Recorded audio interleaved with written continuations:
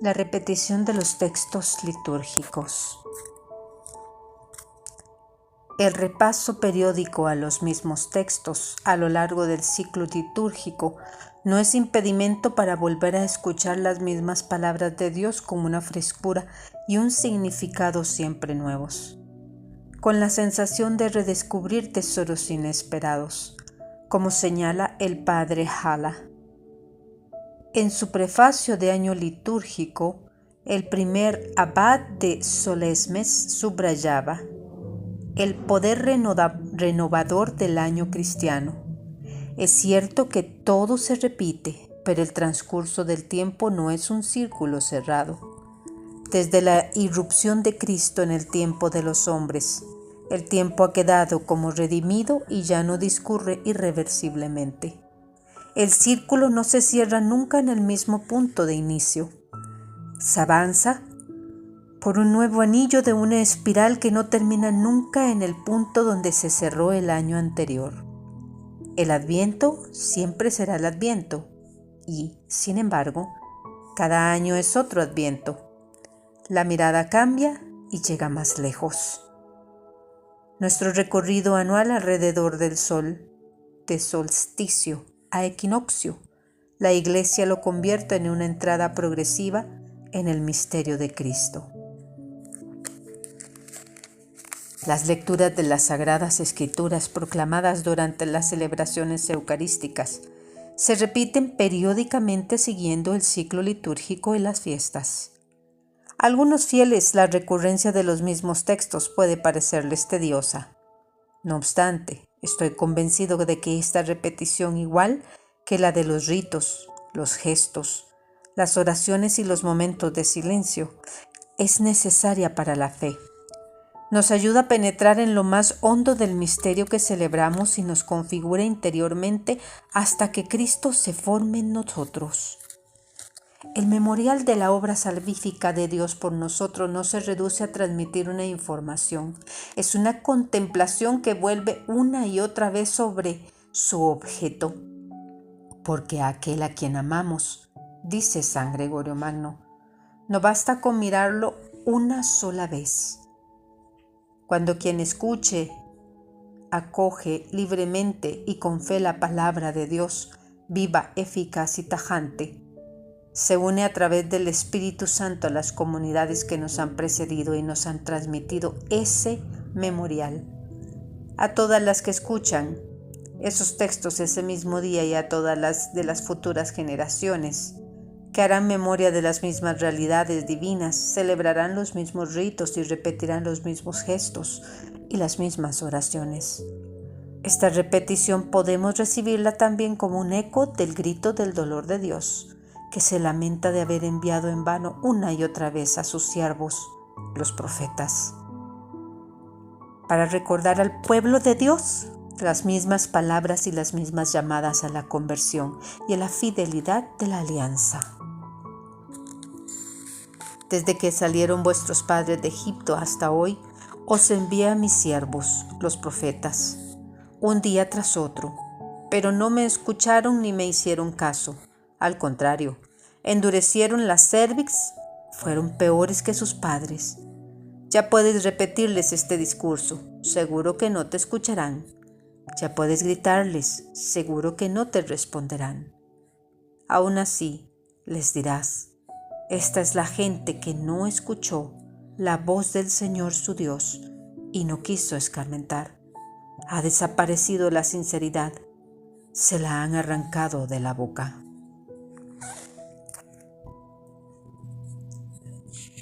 Hermenéutica de la continuidad litúrgica. Querría concluir refiriéndome brevemente al tema de la evolución de la liturgia en la historia de la Iglesia, invitando a abordarlo con cierta altura de miras. Una vez más, tomo como punto de partida la escena de los peregrinos de Emaús. Y comenzando por Moisés y siguiendo por todos los profetas, les explicó lo que se refería a él en todas las escrituras.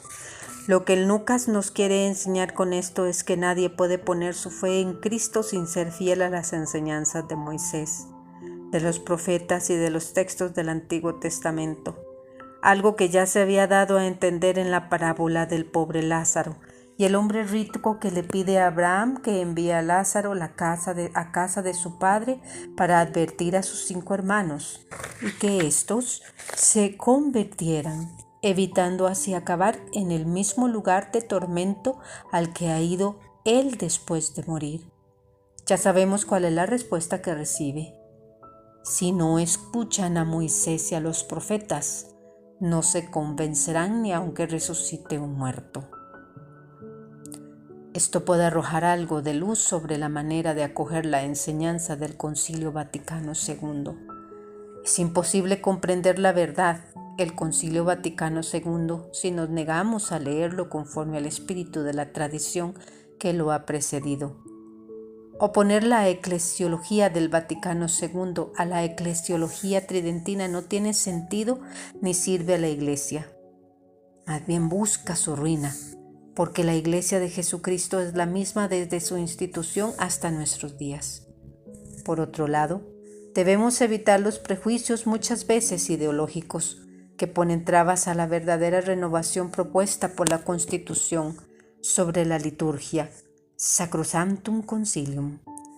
Esta tarea inmensa, delicada y formidable a la vez, a la que la Iglesia se entregó durante años con tanta paciencia, perseverancia y determinación. En perfecta continuidad con el magisterio constante de la Iglesia, el Concilio enseña que la Sagrada Liturgia es el lugar donde Cristo obra hoy dentro de su Iglesia. Inventar una liturgia personal al margen de la tradición, convertirla en un espacio de creatividad personal o colectiva que acaba remitiendo exclusivamente al sacerdote o a una asamblea que se autocelebra, es traicionar el Vaticano II y alejar a los fieles de Cristo. Así lo afirmaba Benedicto XVI con toda claridad en la carta del 7 de julio de 2007, dirigida a los obispos con motivo de la publicación del Motu Proprio Summorum Pontificum. Lo que las generaciones anteriores consideraban sagrado, sigue siendo sagrado y grandioso también para nosotros.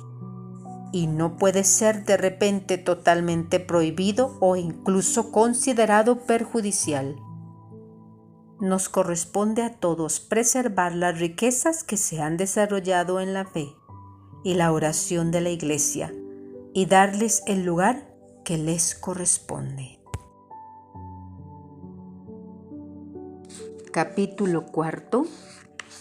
Seguir a Jesús en el desierto. Del bautismo en el Jordán a la soledad del desierto. Después del bautismo en el Jordán, ese gesto íntimo y silencioso cuya fuerza reside en la aceptación de la voluntad del Padre, Jesús no emprende directamente su ministerio, se retira al desierto. Busca el silencio y la soledad exteriores, condiciones indispensables para el recogimiento interior. A su meditación personal y a su diálogo íntimo con el Padre, Jesús añade la mortificación de los sentidos y se entrega a un ayuno riguroso que pone a prueba su capacidad de resistencia física. Vamos a detenernos en esta enseñanza práctica. La transformación obrada por los sacramentos de la iniciación cristiana en nuestro ser y en toda nuestra vida nos exige entrar en nosotros mismos y dedicar tiempo a meditar estas cosas. Una tarea interior que solo lograremos cumplir si dejamos que se serene la agitación que existe en nosotros. Encontrarse de verdad con Dios requiere vigilar las pulsiones irreflexivas, dominarse a uno mismo y controlar los sentimientos y la imaginación. Con su marcha al desierto, Jesús decide prescindir de cualquier fuente de distracción, agitación y ruido, que son enemigos de la vida de oración y de intimidad con Dios. Nos arrastra a abandonar nuestro discurso interior y nuestros constantes juegos conceptuales para hacernos entrar en el silencio de Dios. Solamente en ese silencio divino podremos escuchar el Verbo, la única palabra pronunciada en el amor que nos introduce en la luz inaccesible del Padre. Los 40 días de Jesús en el desierto, dedicados a ayunar y a orar, para que los hombres se conviertan y reciban la gracia de la nueva alianza, remiten a los 40 años de la larga marcha del pueblo de Israel por el desierto. Dios nos saca del Egipto de nuestra esclavitud.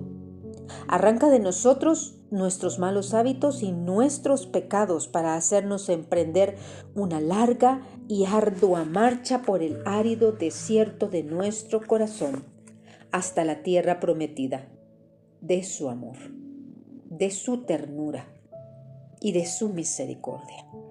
Nos hace viajar tras las huellas del pueblo elegido, que caminó 40 años por el desierto del Sinaí, escuchando la palabra de Dios y dejándose instruir y purificar de sus pecados como preparación para la alianza nueva y eterna con Él. Nos hace imitar a Moisés, que se quedó orando junto a Dios 40 días y 40 noches, para disponerse mejor a recibir en su corazón la ley grabada por el dedo divino en las tablas de piedra. Dios saca a su pueblo del país de Egipto, de ese lugar de esclavitud y a la vez de abundancia de bienes materiales, para llevarlo al desierto, lugar de renuncia y soledad, para humillarlo, probarlo y conocer el fondo de su corazón. En la pobreza y el silencio, el hombre descubre su verdadera dimensión, permanece atento a Dios y comprende que tiene necesidad de Él. El desierto, escribe el cardenal Ratzinger, es el lugar del silencio y de la soledad. Allí se toma distancia de los acontecimientos cotidianos. Se huye del ruido y de la superficialidad.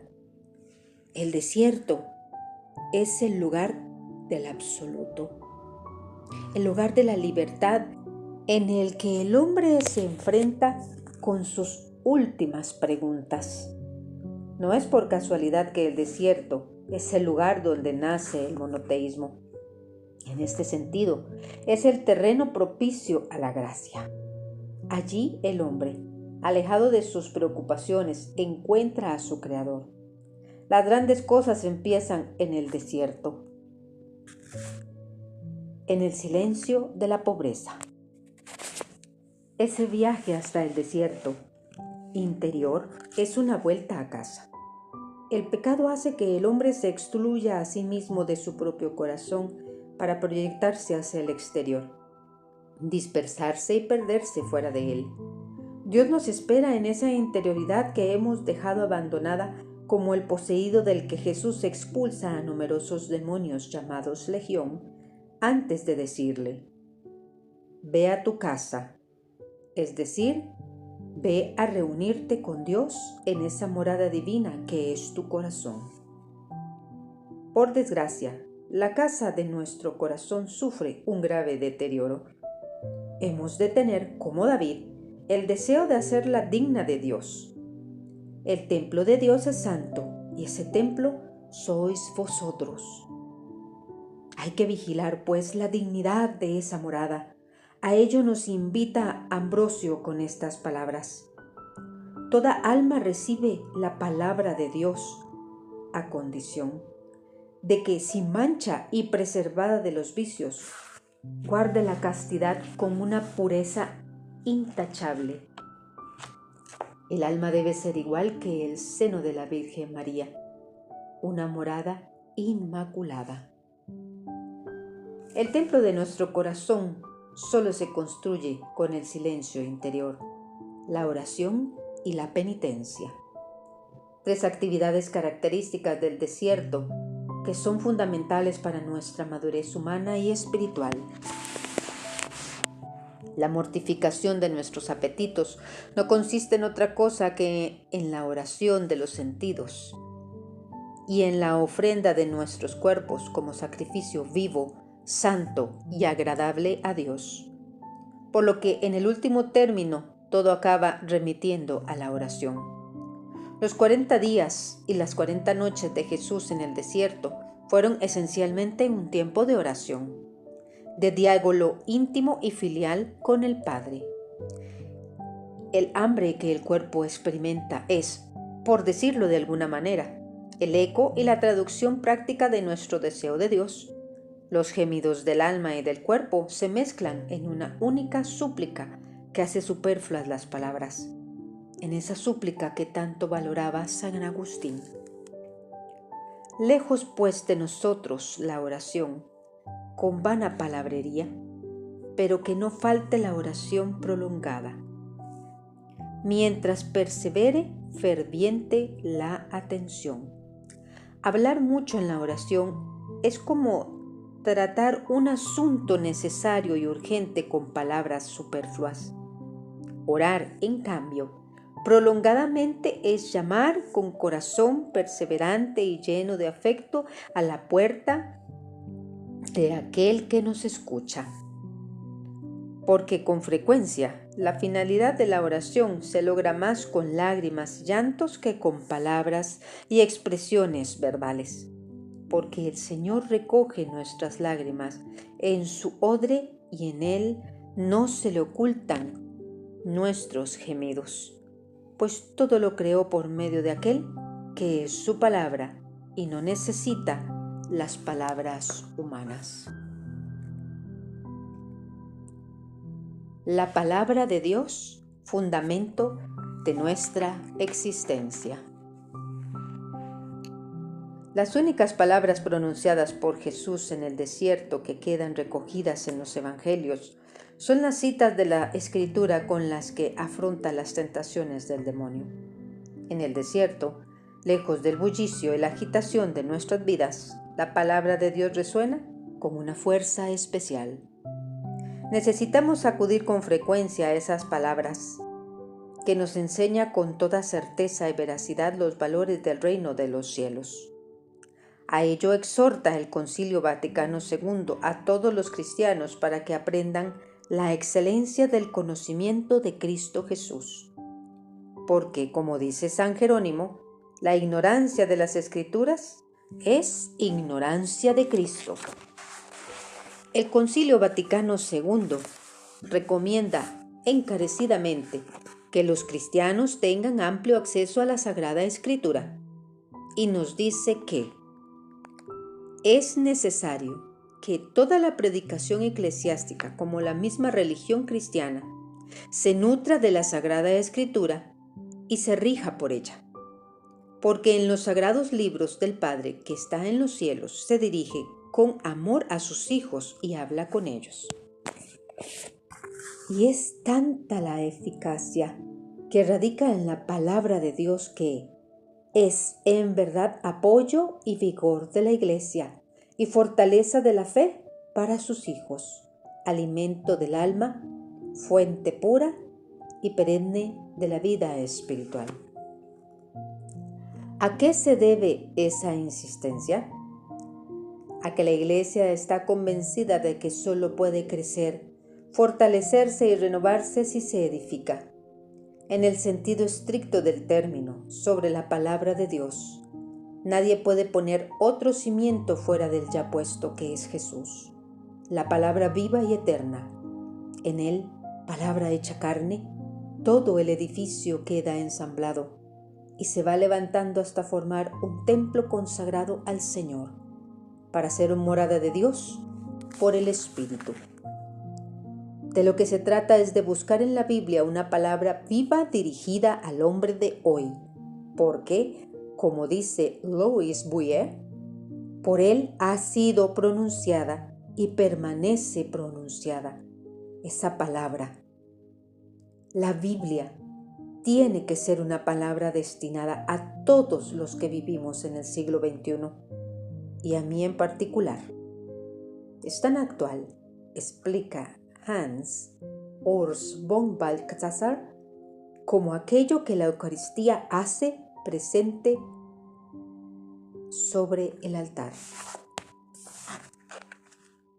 Del mismo modo que la Eucaristía no es un simple recuerdo de algo pasado, sino perpetua reactualización del cuerpo del Señor y de su sacrificio, igualmente la Escritura no es solo una historia, cuanto vehículo y forma de la palabra de Dios que constantemente se pronuncia, incluso ahora.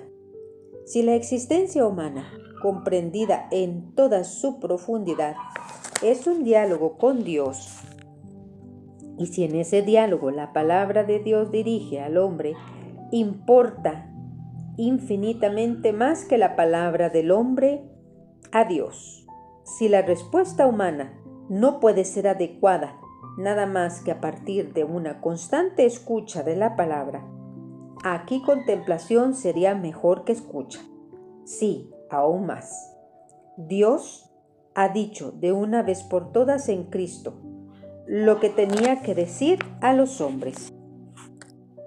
De modo que el hombre no tiene otra cosa más que hacer que reconocer y apropiarse de los tesoros de la ciencia y sabiduría ocultos en Cristo. Sí, por último, la Sagrada Escritura no es una cosa que es el testimonio divino de Cristo. Entonces su lectura y su meditación han de ser para mí el medio más seguro de discernir la voluntad concreta de Dios sobre mi vida y mi destino tal y como Dios lo concibe. Por ello es un gran abuso, decía más o menos el padre Leilemant, leer tantos libros piadosos y tan poco de escritura. Unidad de los dos testamentos en la Biblia. Si la palabra de Dios es presencia viva de Dios mismo, ha de ser necesariamente una sola y enteramente divina, tanto en el Antiguo como en el Nuevo Testamento. Como afirma el Concilio Vaticano II, la Santa Madre Iglesia, según la fe apostólica, tiene por santos y canónicos los libros enteros del Antiguo y Nuevo Testamento, con todas sus partes, porque escritos bajo la inspiración del Espíritu Santo, tienen a Dios como autor y como tales se le han entregado a la misma Iglesia. Y prosigue diciendo, Dios, pues inspirador y autor de ambos testamentos, dispuso las cosas tan sabiamente que el Nuevo Testamento está latente en el Antiguo y el Antiguo está patente en el Nuevo. Porque aunque Cristo fundó el Nuevo Testamento con su sangre, no obstante, los libros del Antiguo Testamento recibidos íntegramente en la proclamación evangélica adquieren y manifiestan su pleno significado en el Nuevo Testamento, ilustrándolo y explicándolo al mismo tiempo. Jesús no ha venido a abolir, sino a dar cumplimiento, de un modo consciente, si se puede hablar así. El Antiguo Testamento es como la matriz del Nuevo, en el sentido de que las categorías y las imágenes utilizadas por Jesús para revelar su propio misterio son las del Antiguo Testamento, que adquieren una nueva plenitud de significado y muestran esa convergencia oculta en la persona y en la obra de Jesús. Una convergencia sobre la que arrojará luz la predicación de los apóstoles. Por ejemplo, el primer discurso de Pedro el día de Pentecostés, o el que pronuncia en el templo, o bien los de Esteban y Pablo. La catequesis de Jesús a los discípulos de Emaús insiste en el misterio de esta convergencia. Se trata de la lectio divina sobre Cristo, más hermosa de todos los tiempos. Cristo comentado y explicado por Cristo a lo largo de toda la historia de la salvación. ¡Qué necios y torpes sois para creer lo que dijeron los profetas! ¿No era necesario que el Mesías padeciera esto y entrara así en la gloria? Y comenzando por Moisés y siguiendo por todos los profetas, les explicó lo que se refería a él en todas las Escrituras.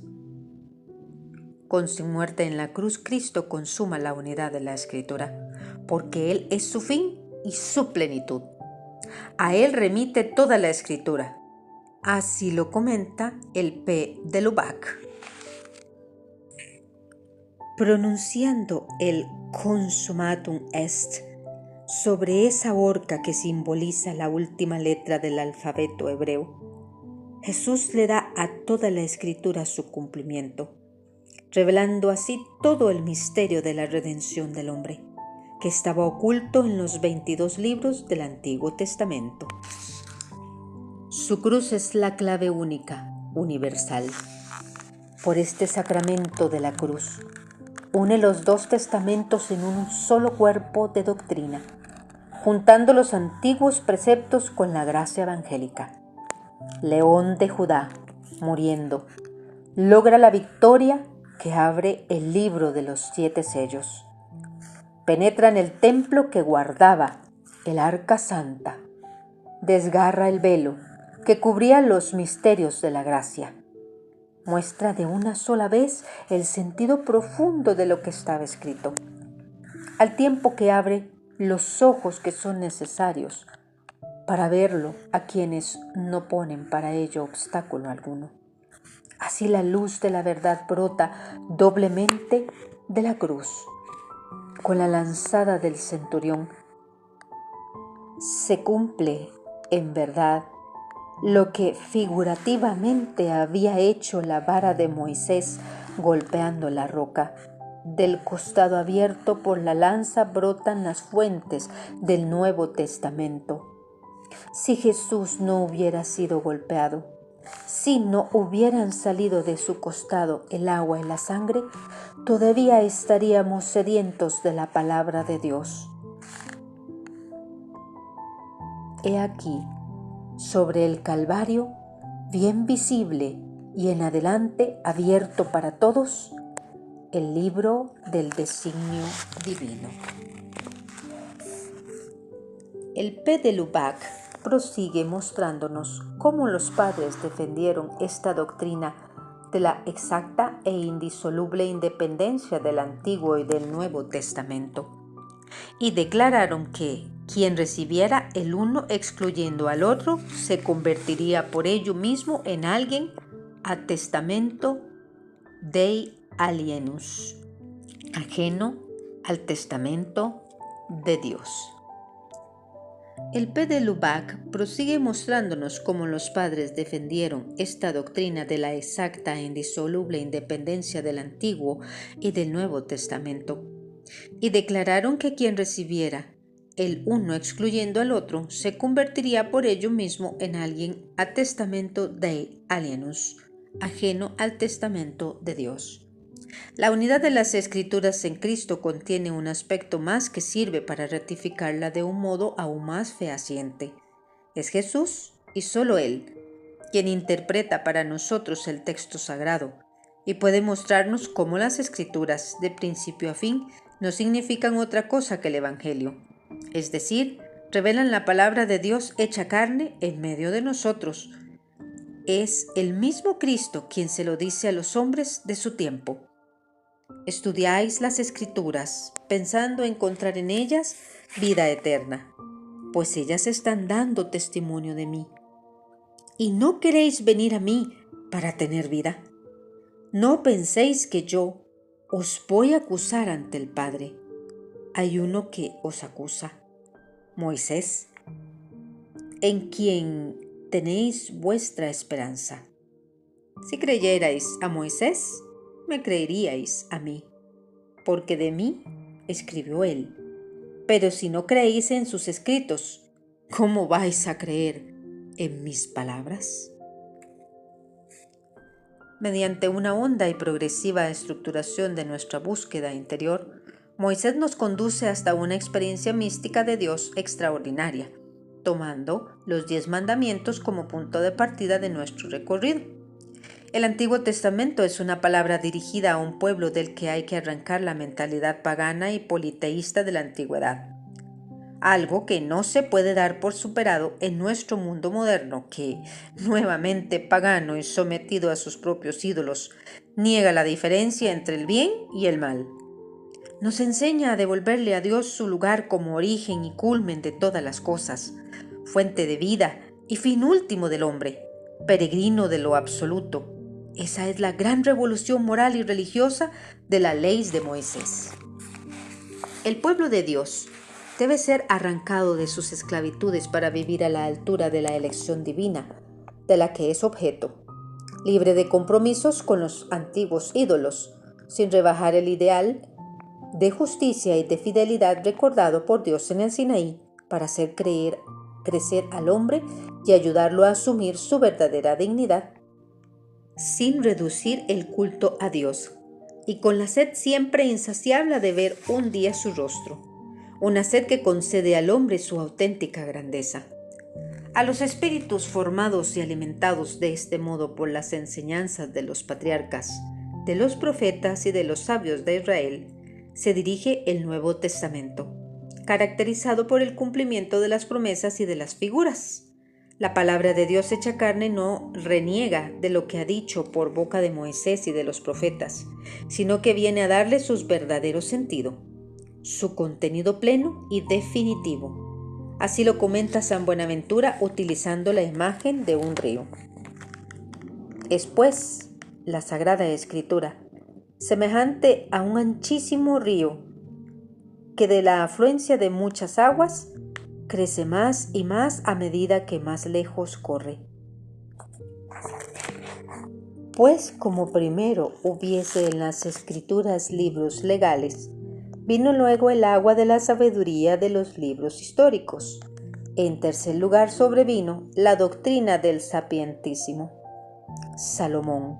Después de estos vino también la doctrina de los santos profetas y por fin fue revelada la doctrina evangélica, proferida por boca de carne de Cristo, escrita por los evangelistas, divulgada por los santos apóstoles, añadiendo asimismo los documentos que el Espíritu Santo viniendo sobre ellos, nos enseñó para su mediación, para que de este modo, enseñados en toda verdad por el Espíritu Santo, según la promesa divina, dieran a la Iglesia de Cristo la doctrina de toda verdad saludable y consumando la Sagrada Escritura, difundieran el conocimiento de la verdad.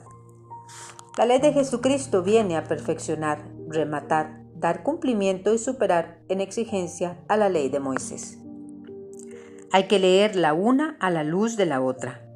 El Decálogo a la luz del Sermón de la Montaña, que vendría a ser el reglamento del reino de Dios, que debe gobernaros, si no queremos construir sobre arena el edificio de nuestra vida. No obstante, en el Nuevo Testamento, la nueva ley no consiste solamente en unos preceptos más avanzados o más livianos, sino que adquiere su forma y su consistencia en la persona misma de Cristo, quien dice de sí mismo: Yo soy la luz del mundo. El que me sigue no camina en tinieblas, sino que tendrá la luz de la vida. Yo soy el camino, la verdad y la vida. Nadie va al Padre sino por mí. Y un poco más adelante añade: Quien me ha visto a mí, ha visto al Padre. La ley, por lo tanto, no es un principio moral abstracto, una convención jurídica. Observar la ley significa seguir a Jesús, hacerse discípulo suyo, adherirse a sus decisiones, a sus valores, a sus criterios y a su evangelio. Significa comprometerse a que nuestra vida diaria, transparente, la manera de pensar, de actuar y de vivir de Jesús. Como decía Benedicto XVI, no se comienza a ser cristiano por una decisión ética o una gran idea, sino por el encuentro con un acontecimiento, con una persona que da un nuevo horizonte a la vida y con ello una orientación decisiva. La palabra de Dios debe inspirarnos un inmenso respeto, un respeto que tiene que concentrarse en procurar no modificarla, adulterarla o edulcorarla cuando la traducimos, ni contaminarla con las ideologías mundanas cuando la interpretamos. Solo así conoceremos el gozo de descubrir siempre en la Sagrada Escritura riquezas nuevas, leyéndola no como un objeto de curiosidad intelectual, sino como una palabra que se dirige a nosotros conforme a la expresión de Johannes Albrecht Bengel. Te totum applica ad textum, rentotam applica a te. Aplícate al texto por entero y de lo que trata, aplícatelo todo a ti. Como dice Isaías, cada mañana me despabila el oído para que escuche como los discípulos. Si escuchamos a diario la palabra de Dios, nos convertimos en verdaderos creyentes y auténticos discípulos de Jesucristo. Theodacticoi, discípulos de Dios. En Jesús, el Hijo de Dios hecho hombre. Dios les ha dicho a los hombres todo lo que podía decirles. Una palabra absoluta, exhaustiva, definitiva, hecha carne en esta etapa final, en la que el designio de Dios se ha cumplido plenamente. Si Dios nuestro Padre nos ha dicho de Jesucristo, escuchadlo, nuestro deber es escuchar con toda atención. Evitemos, pues, el más mínimo descuido a la hora de acoger y adherirnos a la palabra de Dios. Recibámosla con un corazón bueno y generoso. Ella nos traerá el perdón, la sanación, la vida y la comunión con Dios. Escudo frente al mal y espada en el combate. Lo que la palabra de Dios tiene que ser en nuestra vida cristiana, nos lo revela el uso que el propio Jesús hace de ella durante su retiro en el desierto. Para él la palabra no es un simple objeto de especulaciones abstractas, es una realidad viva y eficaz, escudo protector y arma victoriosa a la vez, que le permiten rechazar una tras otra las tentaciones del diablo. En un mundo conquistado por la idolatría del dinero, del poder y del sexo, ante la invasión de la mentira generalizada y de la contaminación moral, ante las distintas formas de destrucción del hombre y los ríos de sangre inocente derramada a causa de una violencia salvaje y de las guerras, necesitamos un dique resistente tras el que refugiarnos de la riada del mal. Ese dique no hay que construirlo desde cero, es la palabra de Dios. Las palabras de Dios son de fiar. Él es el escudo para todos los que esperan en Él. Cuando Dios nos habla, podemos fiarnos de lo que nos dice. Las palabras del Señor son palabras auténticas, como plata limpia de ganga refinada 7 veces. A día de hoy, proponer la ley de Dios como dique contra la invasión del mal no suscita la adhesión general. Muchos contemporáneos nuestros se declaran no creyentes o ateos. A otros, que se dicen cristianos, la enseñanza de las Escrituras les parece desfasada y buscan soluciones nuevas e inéditas. En una época en la que ya era posible hacer un primer balance provisional del deseo irrefrenable de novedades doctrinales en el seno de la Iglesia, San José María Escrivá se refería a toda una lamentable cabalgata de tipos que, bajo la máscara de profetas de tiempos nuevos, procuran ocultar, aunque no lo consiguieran del todo, el rostro del hereje, del fanático, del hombre carnal o del resentido orgulloso. Lo que necesitamos no es algo novedoso u original, sino algo sólido, un dique inquebrantable. porque existe un terrible encarnizamiento contra todo lo que procede de Dios. La palabra de Dios es el escudo contra la riada de la mentira que provoca la ruina de los valores morales fundamentales y destruye al hombre. Es una certeza en medio del relativismo moral y religioso, de la confusión ideológica y de toda aproximación humana de las cuestiones esenciales, porque es palabra segura y digna de crédito. Esa palabra de amor salvífico que se da a los hombres no es absoluto ajena a los asuntos que afligen hondamente nuestros corazones. En la existencia humana hay pensamientos muertos y pensamientos vivos. El pensamiento muerto es como aguijarro. Por mucho que lo plantemos y los reguemos abundantemente a diario, de él no puede nacer nada. El pensamiento vivo, sin embargo, es como una semilla, pero una semilla que tiene que caer en tierra fértil. Hoy son muchos los que consideran insípida y estéril la palabra de Dios porque su corazón es un desierto árido, un corazón de granito. No hay nada que arraigue y crezca en él. Sin embargo, en los corazones abiertos y generosos, regados por el Espíritu Santo, la ley de Dios es una semilla de vida y amor, el origen de auténticas y profundas transformaciones. En un mundo como el nuestro, que ha perdido todas sus referencias, la palabra de Dios es una brújula que señala a nuestra existencia la buena dirección. Es el dique capaz de frenar la decadencia moral y social. La palabra, escudo frente a la invasión del mal, es también nuestra arma ofensiva. Como enseñanza el Apocalipsis, aunque Cristo ya haya vencido. Los cristianos deben continuar su combate contra la bestia y contra los reyes que plantan batallas al Cordero. Y ese Cordero, Señor de señores y Rey de reyes, vencerá gracias a aquellos a los que ha elegido y les son fieles. Aquellos a quienes ha entregado el arma de la palabra de Dios semejante a una espada de doble filo. Por eso es tan importante leer la palabra de Dios, interiorizarla, enterrarla en nuestro corazón, vivir de ella en cada circunstancia de cada día. Los cristianos que de verdad frecuentan la Sagrada Escritura para alimentarse de ellas y afrontar los problemas de la vida a la luz de las mismas, cuentan con el arma de la victoria y el mundo entero mantiene los ojos fijos en ellos.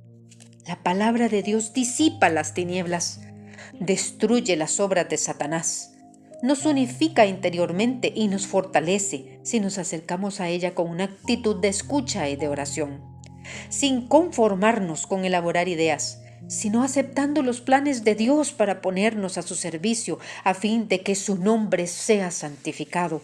Venga a nosotros su reino y se haga su voluntad en la tierra como en el cielo. Pero no nos equivoquemos. La eficacia victoriosa de la palabra comienza en nuestro propio corazón. Como dice la epístola a los Hebreos, su poder es penetrante, activo, regenerador, vivificador. Penetra en lo más hondo del alma, hasta las regiones más secretas del corazón humano, y un día tendremos que rendir cuentas ante ella. Es nuestro reposo. Nos concede la fuerza y la capacidad de producir buenos frutos. Como dice el Salmo, dichoso el hombre, cuyo gozo es la ley del Señor y medita su ley día y noche. Será como un árbol plantado al borde de la acequia. Da fruto en su sazón y no se marchitan sus hojas. Y al mismo tiempo también nos juzga. El que me rechaza y no me acepta mis palabras, dice Jesús, tiene quien lo juzgue. La palabra que yo he pronunciado, esa lo juzgará en el último día, porque yo no he hablado por cuenta mía. El Padre que me envió es quien me ha ordenado lo que he de decir y cómo he de hablar.